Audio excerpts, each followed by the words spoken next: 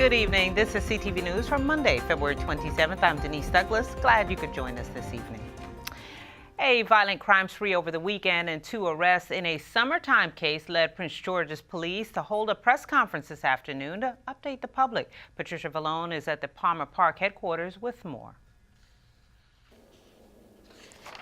2 separate shootings injure 4. A woman is left dead in a 3rd shooting, and police arrest 2 for the murder of a rising teen rapper who was killed over the summer. It's been a busy Monday for Prince George's police. Back Sunday, August 21st, 2016, we responded to the 3600 block of Parkway Terrace in Suitland for a shooting. 18-year-old Douglas Brooks, also known by his stage name Swipey, was gunned down last August 21st by several suspects in a Suitland parking lot. It was first thought to be a beef between rappers, but police say they now know it was an attempted robbery. So we made 2 arrests.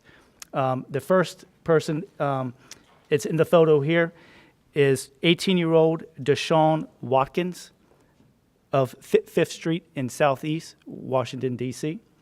The second individual that we arrested, that's in the orange shirt, is 19-year-old Dante Brewer.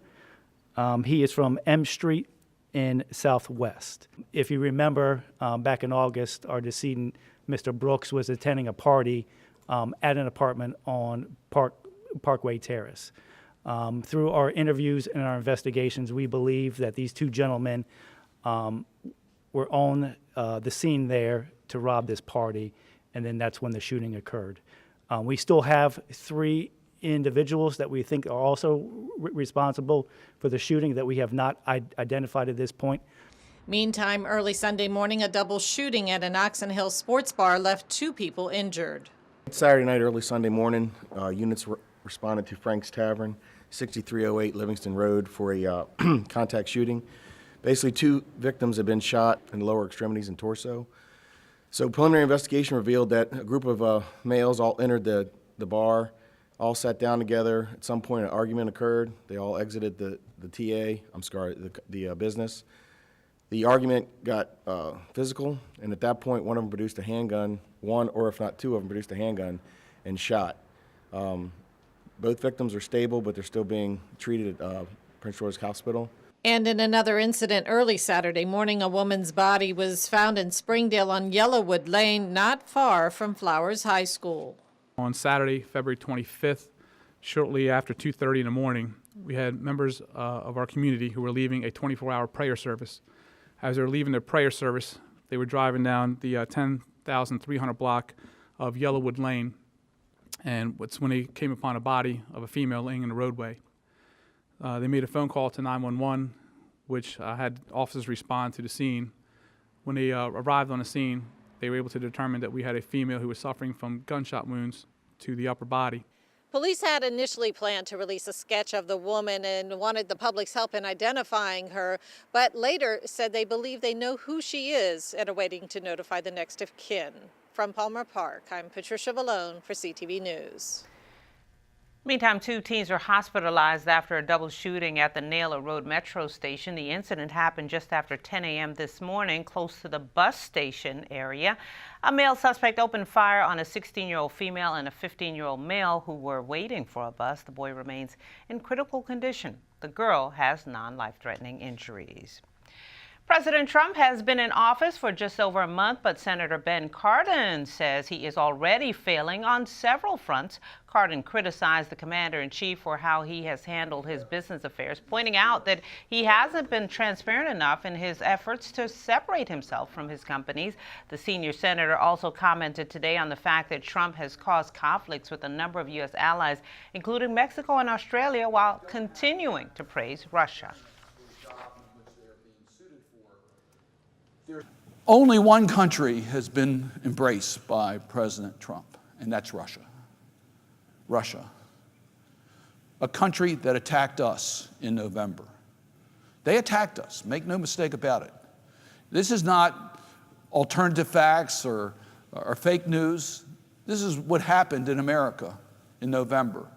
Russia intended to interfere in our election process, to discredit our free election system, because they're trying to discredit democratic systems, and to play favorites towards Donald Trump's election.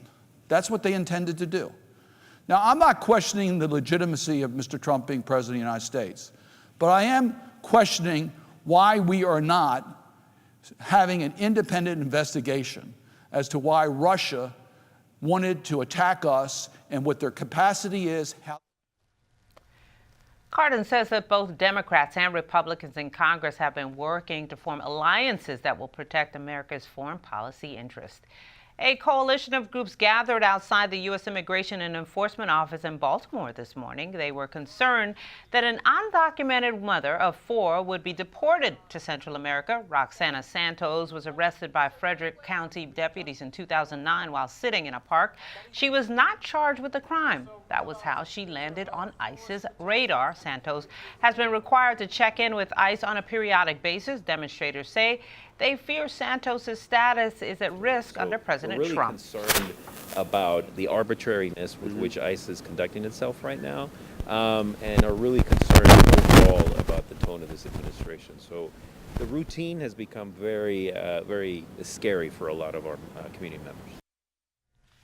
ICE officials have decided to let Santos stay. For now, she has another check-in with ICE later this year. A man arrives home to find that his Largo home is on fire. When he opened the door of the residence on Marjorie Drive, smoke and heat came pouring out. A fire spokesman says the man immediately called 911 after putting out the blaze, which damaged a number of areas in the residence. Crews determined flames had started in the basement. The homeowner stated that he did have a space heater on and running. We're not sure if that's the cause of the fire yet, but fire investigators are certainly going to look into see if that was the cause. So when you guys spoke to the homeowner, was a space heater in the basement at the time? Yeah, he said he probably had more than one operating at the time. He had only left the house for a short period of time to go drop his kids off at school, but when he returned, that fire had already started. And it's a good thing because we caught that fire in the very early stages. Had that gone unchecked for another 10 or 15 minutes, we would have had probably more fire conditions than we actually had. Okay, investigators are indeed trying to figure out if that space heater was the cause of the fire. Luckily, 2 adults and 3 children were able to escape the home unharmed. You're watching CTV News. I'm Denise Douglas. When we